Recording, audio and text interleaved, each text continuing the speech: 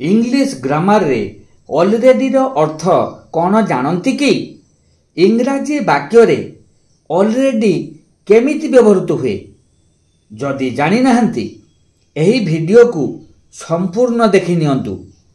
Already शब्दर प्रकृत अर्थ है before time बा समयर अव्यवहित पूर्वरु। ऑलरेडी एडभार्ब ऑफ टाइम अटे। एहाकु साधारणतः प्रेजेंट टेंस रो परफेक्ट एस्पेक्ट रे व्यवहार करा जाए। उदाहरण को लक्ष्य करंतु। She has already come. एही वाक्य सूचाउछि जे से समयर अव्यवहित पूर्वरु आसी सारिछि। Have you already return to Ram?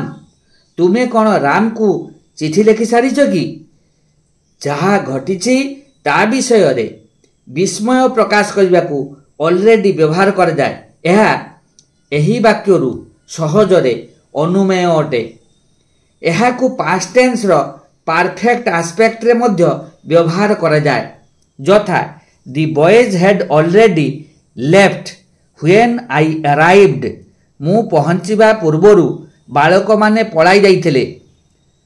Already को नेगेटिव एवं इंट्रोगेटिव सेंटेंस रे व्यवहार करा जाए। It is 3 o'clock already. Interrogative sentence. एबे कौन 3टा बाजी सारिछि?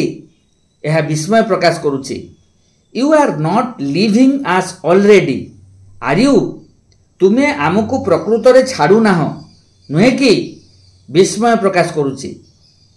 एहाकु वाक्य रे ऑक्सिलरी भार्ब एवं मेन भार्ब मझिरे व्यवहार कर जाए। यथा I have already made the coffee. एही वाक्य रे हैव ऑक्सिलरी भार्ब एवं मेड मेन भार्ब अटे। एमानक मझिरे ऑलरेडी बसिछि। एहाकु वाक्य रे बी भार्ब परे मध्य व्यवहार कर जाए। यथा ही इज ऑलरेडी रेडी। से पूरापूरी प्रस्तुत। एही वाक्य रे इज हेउछि बी भार्ब रो प्रेजेंट रूप। ऑलरेडी तापरे बसिछि। ऑलरेडी को सब्जेक्ट एवं मेन भार्ब मध्य व्यवहार करा जाए। यथा you already know this technology. तुमे तो एही टेक्नोलॉजी विषय रे अवगत। अधिक गुरुत्व आरोप करने को यह को सेंटेंस रो शेष रे व्यवहार करा जाए। यथा I have finished the exam already. मु प्रकृत रे परीक्षा शेष करिछि। मु भाबुछि एइथिरु एही डिस्कशन रु आपण माने भल भाबरे बुझी जाइथिबे ऑलरेडी रो व्यवहार। ऑलरेडी कौन ताहा केउठी वाक्य रे व्यवहृत हुए। जदि एही भिडियोटी आपण मानकु भल लागिछि ताहले दया करी सब्सक्राइब करि दियंतु। एहाकु लाइक कर दियंतु एवं आपण मानकर बंधु मानक मध्य शेयर कर दियंतु, जहा द्वारा समस्त उपकृत हेबे। धन्यवाद।